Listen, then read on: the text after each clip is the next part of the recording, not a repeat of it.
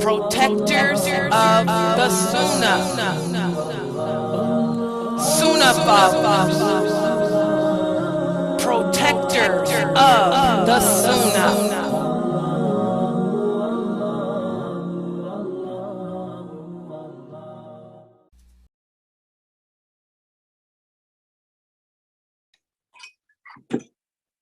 In alhamdulillah, wa salat, wa salam Allah, wa rasulullah. Welcome to another session of our series entitled Predestination. And since there seems to be that so many of you are having a hard time understanding or concentrating, today I'm not going to give you a lecture for this class. Instead, I'm going to give you a quiz to see what you understand. The questions in this quiz are basics. What does that mean? That means that these are the questions that every one of you should know the answer to. Your mama and your daddy should have taught you this stuff. This is basics about El Qadr. This is to see if you are understanding what the decree of Allah means. If you guys can't answer these questions, then something is wrong. Okay? All right, so let me put the quiz up here on the screen. And I did post it up last night, so you guys could have worked on it. Let's look at the first question. And this is a scenario, and I want you guys to tell your children to sit down, put the food down, and pay attention to this question. Salima does not wear hijab. So being a Muslim too, you ask her, why is it that she doesn't wear hijab? Her response is that if Allah wanted her to wear one, she would. Now, who can tell me, how would you respond to this question, to this statement? Salima does not wear a hijab.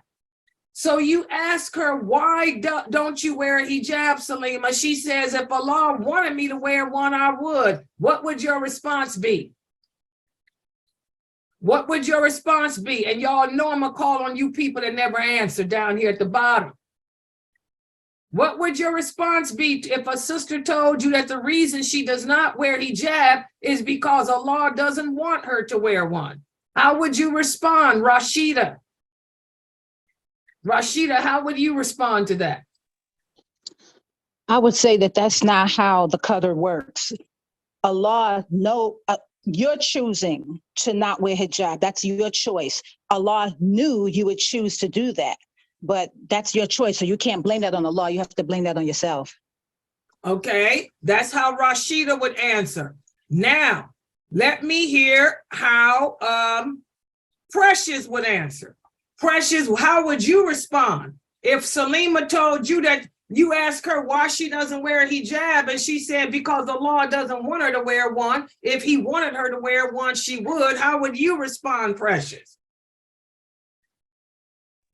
I would tell her that Allah commands us women to cover ourselves in the hijab, so he does want you to wear it, and you should wear it. Okay.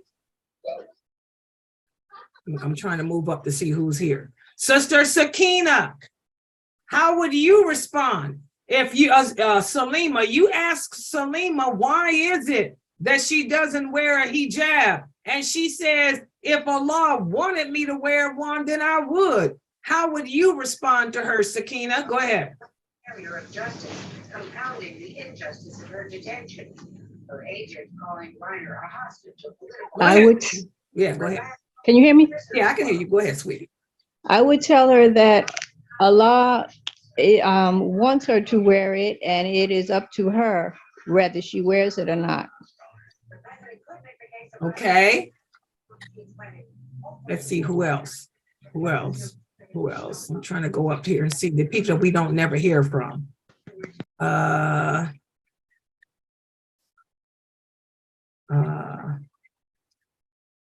Hold on. Okay. Okay. Dahare, what would you say? If Salima told you that the reason she doesn't wear a hijab is because Allah, if Allah wanted her to wear one, she would, what would you say, Dahare?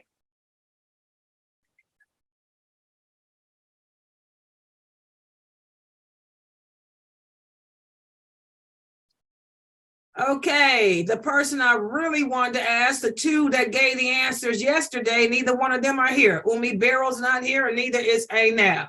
Just to let you guys know, all of your answers were right. All of you who answered responded correctly. What you did was disprove this notion that we do what Allah wants us to do. The reason I'm doing this evil is because Allah wants me to do it. And you guys, Rashida, all of y'all broke it down and explained, especially Rashida, that no, Allah didn't choose this for you. You are making the choice to not wear hijab, so don't blame it on Allah. Mashallah, all of you who answered did an excellent job. But I wanted to hear from Sister Anab. I wanted to hear from Umi Barrel, and neither one of them are here. Brother Tarek, I knew your answer would be right, and Brother Ammon, I knew yours would be right too. But good job on that, guys. All of you, good job. Okay, next question, number 2. Abdullah is an alcoholic. You tried to convince him to stop drinking. He asked you, how can you blame him for doing what Allah decreed for him to do? What would your response be, Sister Amira? Sister Amira, what would your response be? Abdullah drinks alcohol, and you try to tell him that he should stop, but he tells you, how can you blame him for doing what Allah decreed for him to do? What would you say to him, Amira? I would say that you can't blame Allah. Why come he can't?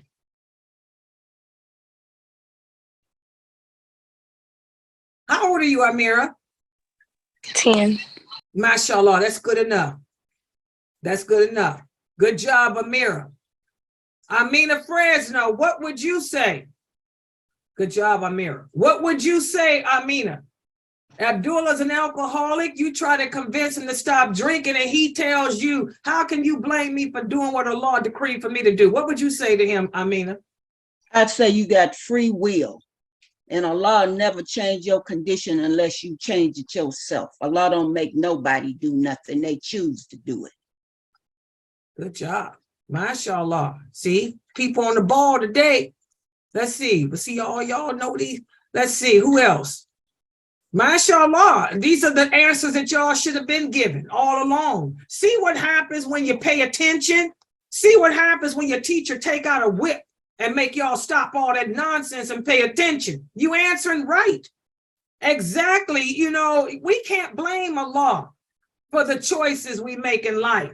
Allah puts the situations in effect for us. He makes the environment. He makes the scenario. He's the creator of the whole scenario.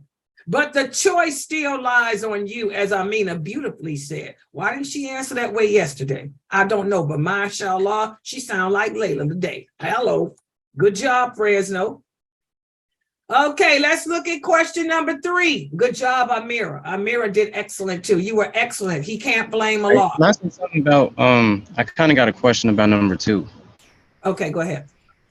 Would it be right to say that, like, he is right that Allah did decree for him to do those things, but Allah didn't force him to do those actions. Those actions were up to him to decide whether to drink the alcohol or not. Yeah, the way that we explain this is Allah decreed it knowing that you would do it. Yeah. I mean, it's like because Allah knew what you do, that's when he wrote it. He didn't write it. When he was writing it, he wrote it because he knew you do it. So you can't say that Allah made me do it. He didn't write it down until he knew that you was going to do it. Yeah, that's what I'm saying. Yeah, just like when we commit a sin, even the angels in our daily record, they wait a few hours before they write it down. Okay, they just don't write. You do the act, and Allah knows what the act is, and he put it in that final book. He knew. Yeah. Yeah, but you can't say that Allah made you do it. Allah wrote for me to do this, you know, without me thinking, without me even wanting it. No, Allah saw what would happen. He has foresight that we could never fathom. And in his foresight, he knew what your choices would be, and he put it in that book. That's what makes it decreed. It's decreed and final because he saw the cause and the result. Everybody understand that? But he didn't make you do it. Just like when those daily angels are writing stuff down, they write everything that we say and do. They don't write it down until we say and do it. Well, Allah didn't write it down until he knew that what you would say and do. Everybody understand that? Does that make sense, Brother Marard? Yeah. Okay, good. Okay, let's look at the next question. You guys are doing good today. Question number 3, using the qadr of Allah as a reason or excuse to sin is saying what about Allah? In other words, when we use, for those of us who commit sins, and we use the qadr of Allah as the excuse, what are we saying about Allah? I'm doing bad things. And I'm saying because Allah made me do it, what am I basically saying? Go ahead, Tony.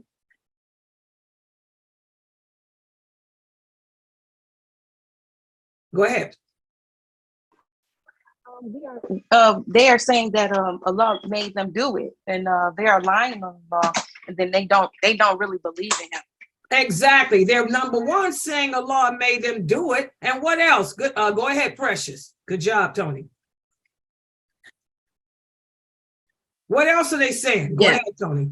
I mean, Precious. Oh, yeah, no, I'm sorry. I was going to say that you're lying on Allah because Allah said that we have free will. So right. I was going to say what you're denying that you have free will. Exactly. What else?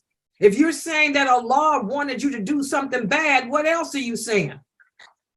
Go ahead, Fahmy. I was going to say they're also saying that it was Allah's fault that they did that and they didn't have a choice in it. Yeah, the same thing they said. Yes. Anything different? Go ahead, Habiba. They're also saying that Allah has no power in doing that. Yes, that's true. But what else? If I say that I'm doing bad things because it's what Allah is pleased with me doing. Allah is pleased to have me fornicate. Allah wanted me to fornicate. Allah wanted me to take drugs. Allah is pleased with that. What are we saying about Allah, Sister Serena? You're saying Allah is unjust, that he would even choose for us to do something haram and then get punished. That's not Allah. That's one thing too, but y'all missing the real big one. What else? Rockmo, go ahead. Good job though for Serena. Good, go ahead, Rockmo. If you're saying, they're also, yeah, go ahead. They're also saying that they want Allah to disobey him. That they're saying that Allah wants for us to, yes. When we say that Allah is pleased with us doing bad things, we're saying that Allah wants us to disobey him too. Good job. And what else are we saying? Go ahead, Latifa.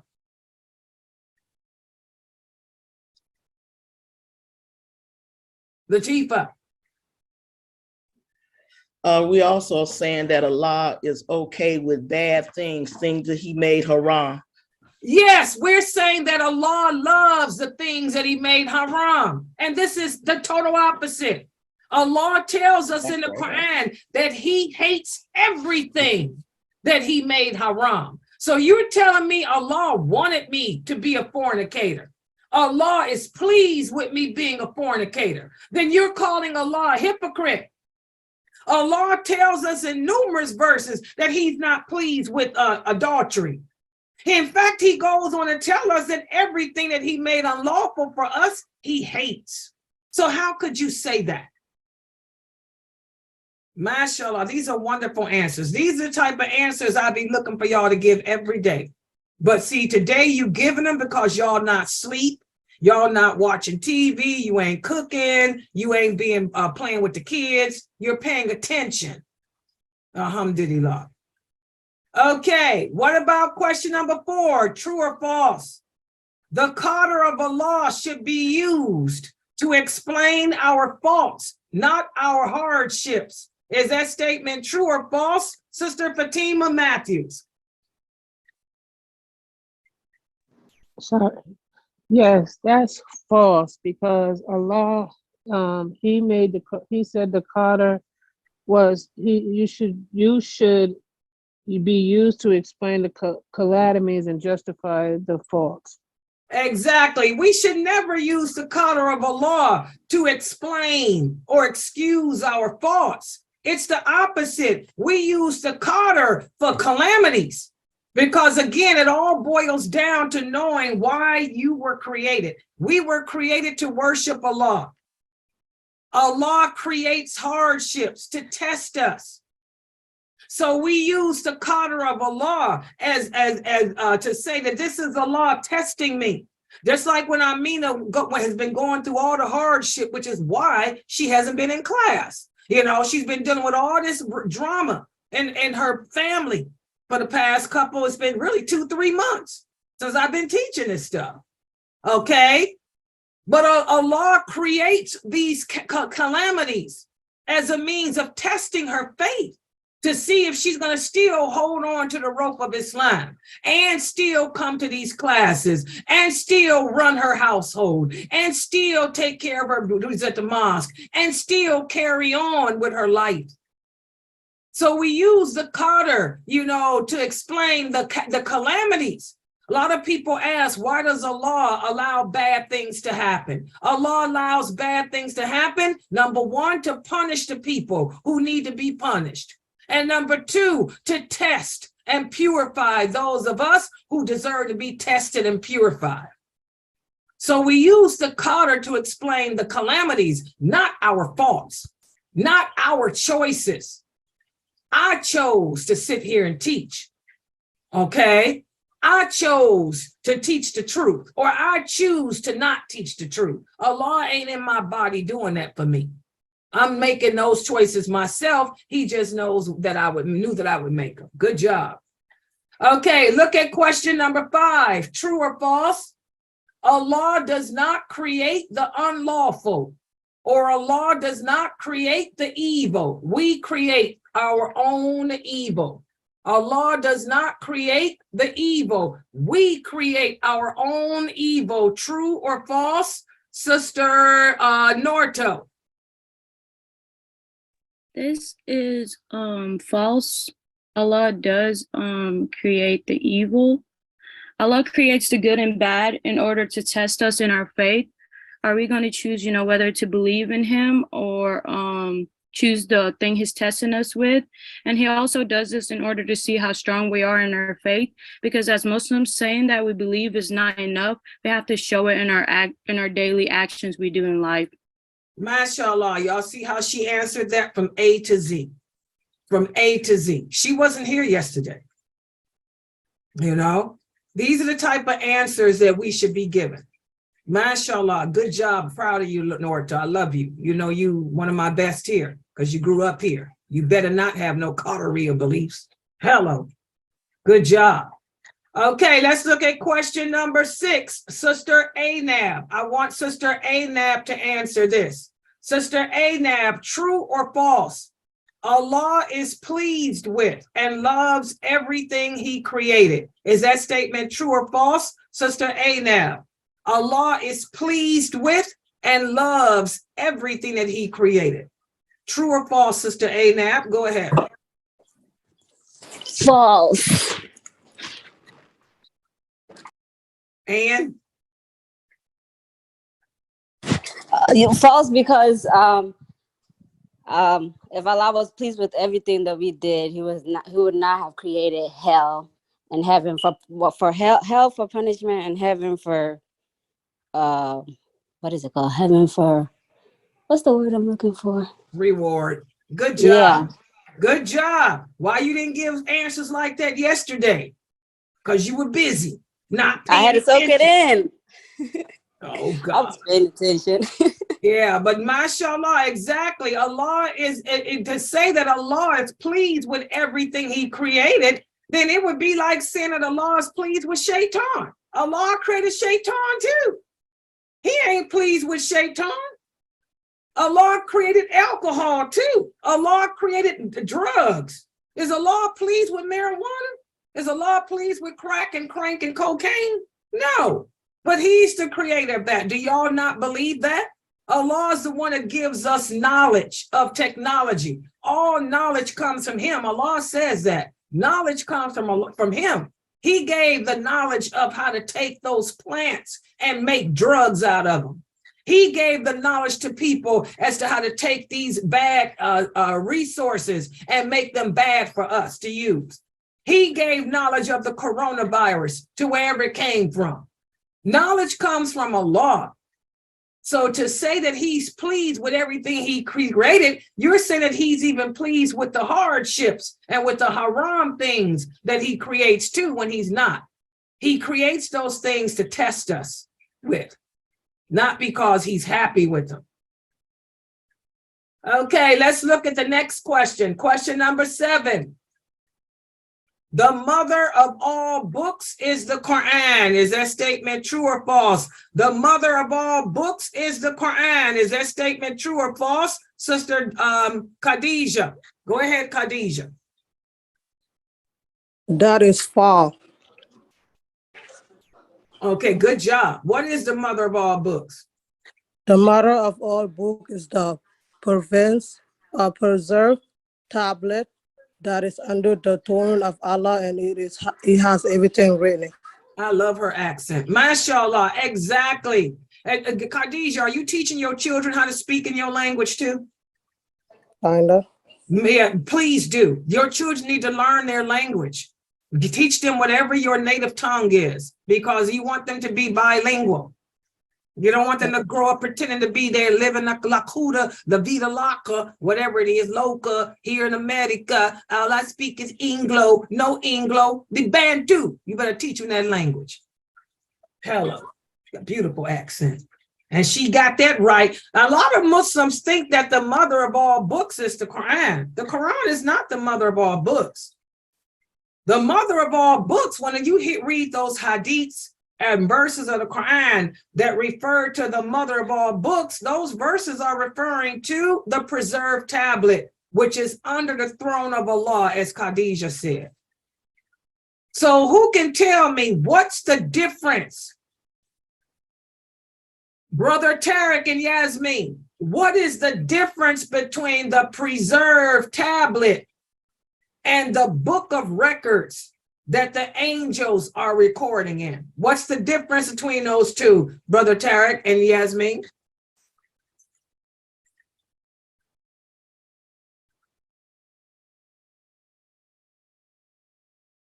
What is the difference between the preserved tablet and the daily book of records that the angels write in?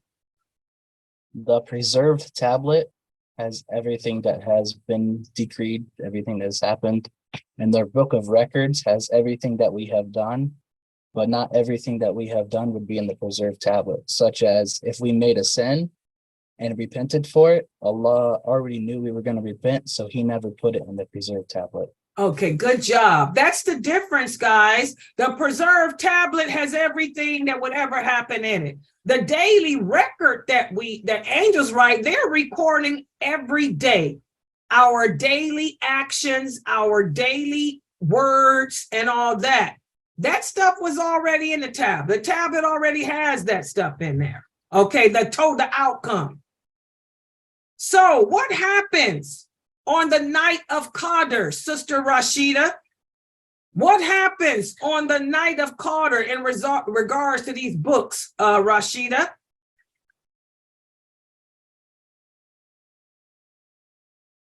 The Bint Muhammad's. What happens on the night of Qadr in regards to those books? On the night of Qadr, Allah tells the angels what's going to happen that year, who's going to live, who's going to die, calamities, and so forth. And where does he get it from? Where does he take that knowledge from?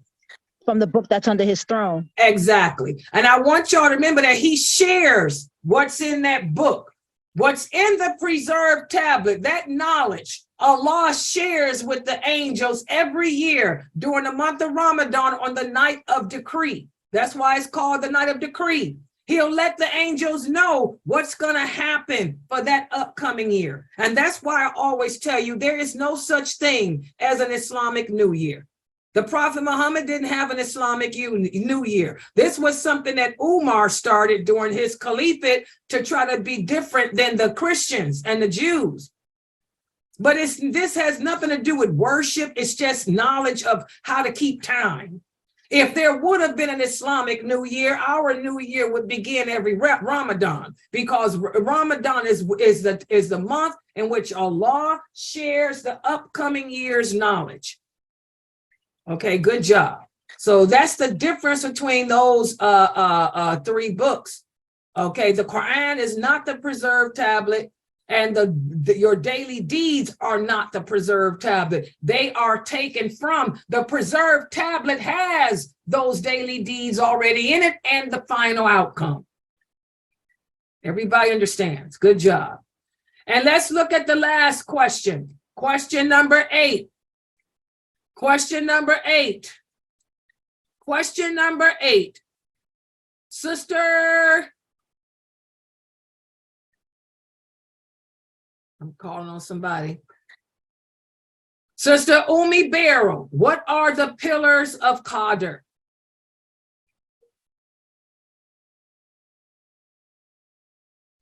Assalamu alaikum. I still don't know, Sister Leila. Oh, I thought you learned. Okay, that's okay. Let me call on Sister Anab. What are the pillars of Qadr? It was your Anab yesterday too, right, y'all?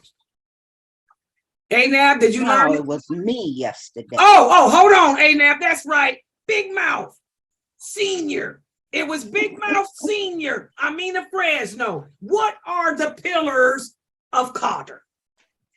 Allah has knowledge of everything, and nothing happens without his knowledge. Allah has written everything that will happen from the beginning of time to the end in his preserved book that's under his throne.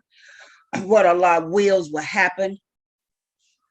What Allah wills to happen happens, and what he doesn't will to happen don't happen. And Allah created everything that exists, even Shaitan the evil. Hello, that's it. Those are the 4 pillars, and I see everybody's hands went up. So mashallah, you all learned them. You all remember them.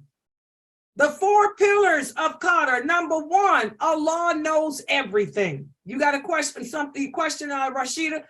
You want to say something? Go ahead, Rashida. No, I wanted to answer that question, but Sister Amina, she tore it up, mashallah. Yeah, you tear it up again too. Say it slow so they can answer this phone call. Okay. Oh God, this is my Suma help. Hey, say it again for them to write it down. Let me get this. This is my doctor. Okay, the first one is that Allah is all-knowing. We have to believe that Allah has knowledge over everything and nothing happens without him knowing it. The second one is to believe that Allah wrote everything from the beginning of time to the end of time in his preserved tablet.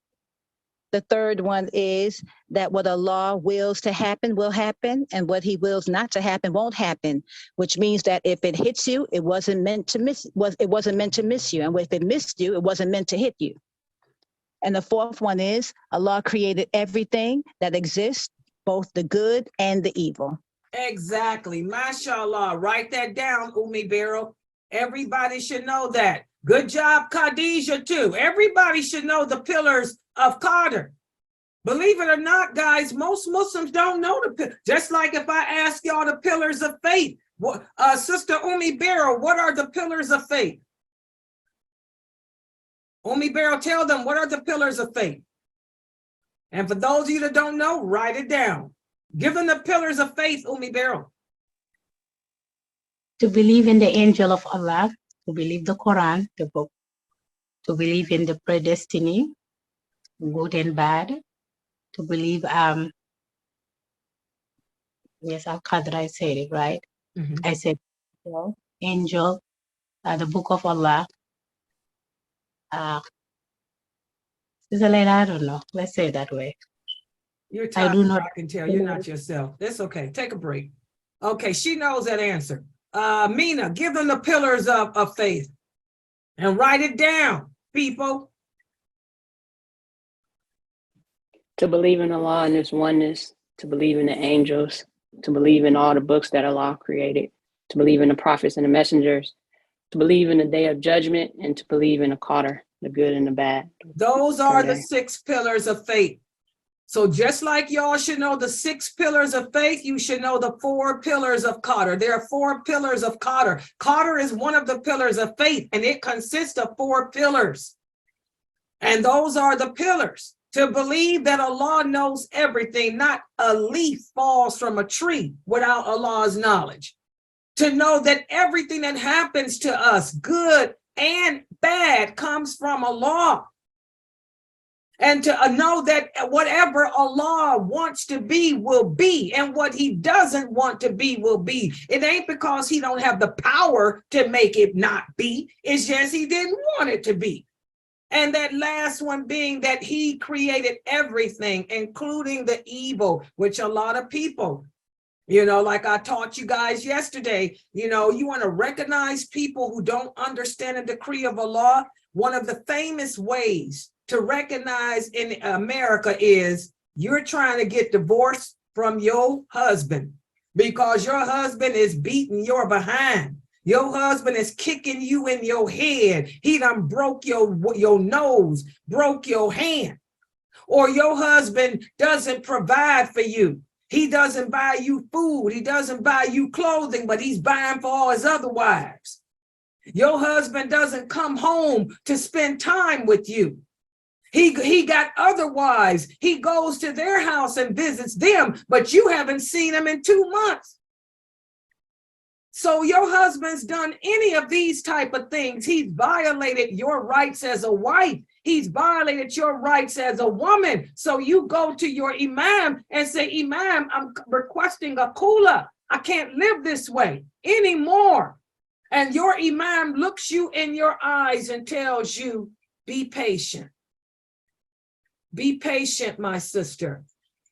Go back home to your husband, and you will get so many rewards for being patient with the decree of Allah. How many of you women have heard that? All of those imams that told you that belong to this belief system where they don't understand the Qadr of Allah.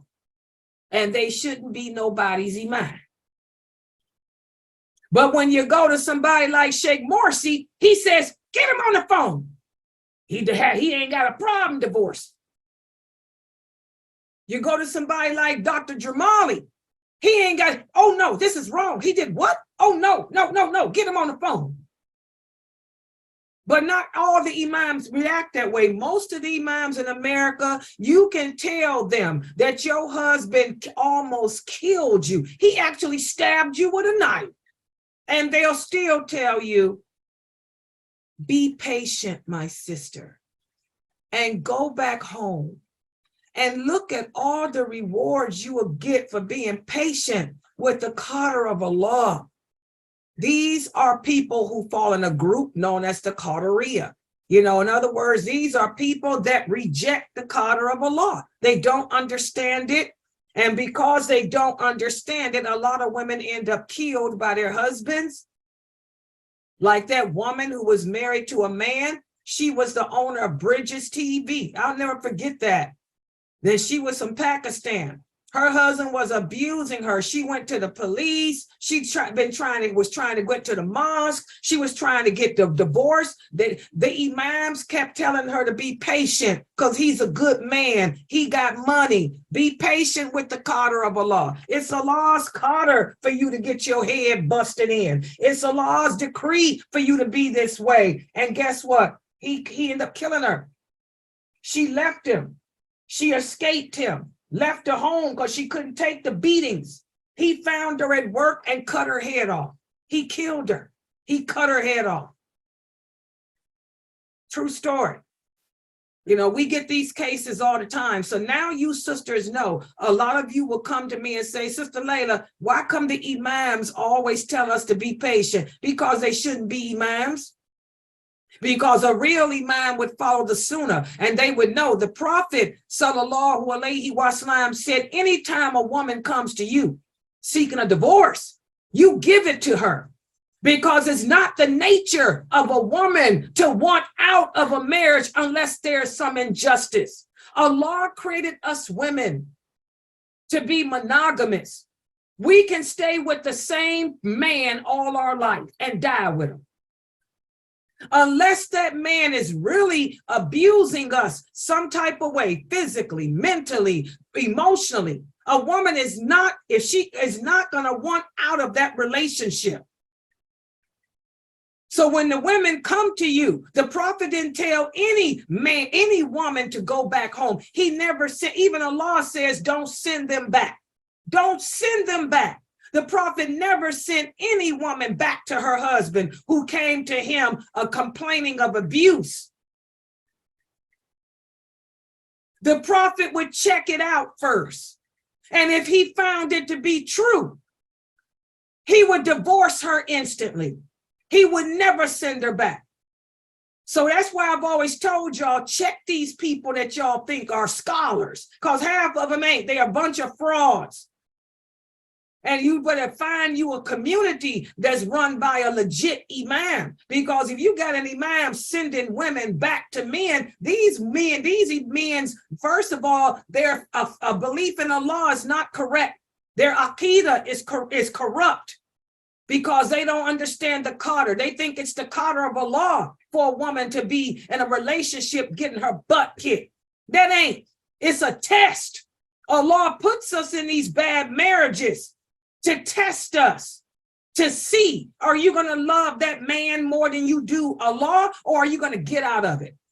And for some women, Allah put you in those bad marriages as a punishment because you didn't get married through the laws of Allah correctly anyway. So he wants you to go through some suffering first and then hopefully get your butt out of it. But can we say that Allah decreed for me to live a life of misery? No, I'm choosing to stay in that. In fact, that's one of the categories of shirk. Shirk el askar is to stay in a situation that you're unhappy with. Anytime we choose to stay in a situation that we are unhappy with, we have committed shirk. So for an imam to send you back to that situation, he's a loser. And you can tell him Layla Nashiba said it. Hello, and put an exclamation point behind it. Because I can't stand those type of men anyway. Hello, try to send me back. I'll send you back to the country and the garbage can you came from out of. Hello, too many women, Muslim women losing their lives. I will send you back to your garbage can. All right. So, mashallah. So that's all the only quizzes that's all I had on the quiz today. And again, like I said yesterday, I got so upset with you guys because I know what the problem was. I know my students and what they know and what they don't know. You guys got to pay attention more. You know, stop. I mean, I know you guys are working and you got kids and you got all that going on. Most of the people here are housewives or students. But we have to find the time for Allah. Let me talk about something real briefly. A big innovation that Muslims do all around the world is this 2 Juma khutbahs. What hypocrisy. You're going to have 2 Juma khutbahs to accommodate the men so they can get off work and take a break. You know, Allah, in other words, you want Allah to kiss your behind. You know, who do you innovators think you are? Seriously, the Prophet Muhammad had 1 Juma khutbah. So did Umar, so did Ali, so did Uthman, so did Abu Bakr. It's a test of you men to see how many of you will do like Allah says, put your work and stuff aside to come to the khutbah and pray and then go back. But no, you guys want to have 2, and some people got 3 Juma khutbahs. Can y'all believe it? We're such innovators today. There's a lot of masajids out there with 3 and 4 Juma khutbahs to accommodate the men so they can take a break from their work. I don't get off to 4. So can you make the Juma khutbah at 4? I can sneak out or no, it's the you to follow the sunnah. That's the problem with us Muslims. We got to get our priorities together. And that's what made me angry with you sisters yesterday. Y'all so busy cooking and cleaning and just listening to me going in your ear and out. No, give me the respect of giving me your attention. Because what I'm teaching you is what's going to help you get through the grade. Because most of you come from these teachings. Most of you have been taught Islam incorrectly. And I'm trying to correct it. So give me the respect of at least giving me your attention. Everybody understand that? All right, so mashallah, you guys did good. And I don't know what the problem is with Zoom, but I'm going to send them an email. But inshallah, I have another class tonight at 8, the stories of the Quran, stories from the Quran. I'll be doing a story of the Gog and the Magog, Sister Sabrine. Remember, you wanted to know more about the Gog and the Magog, Sabrine, if you in here. I'm going to cover the Gog and the Magog today at 8, inshallah. So, mashallah, you all did good, and I'm proud of you. Give me your attention every day. And tomorrow we'll go straight into the lecture on destiny. So, subhanakallahumma wa bihamdika, ashhadu an la ilaha illa anta, astaghfiruka wa atubu ilaik.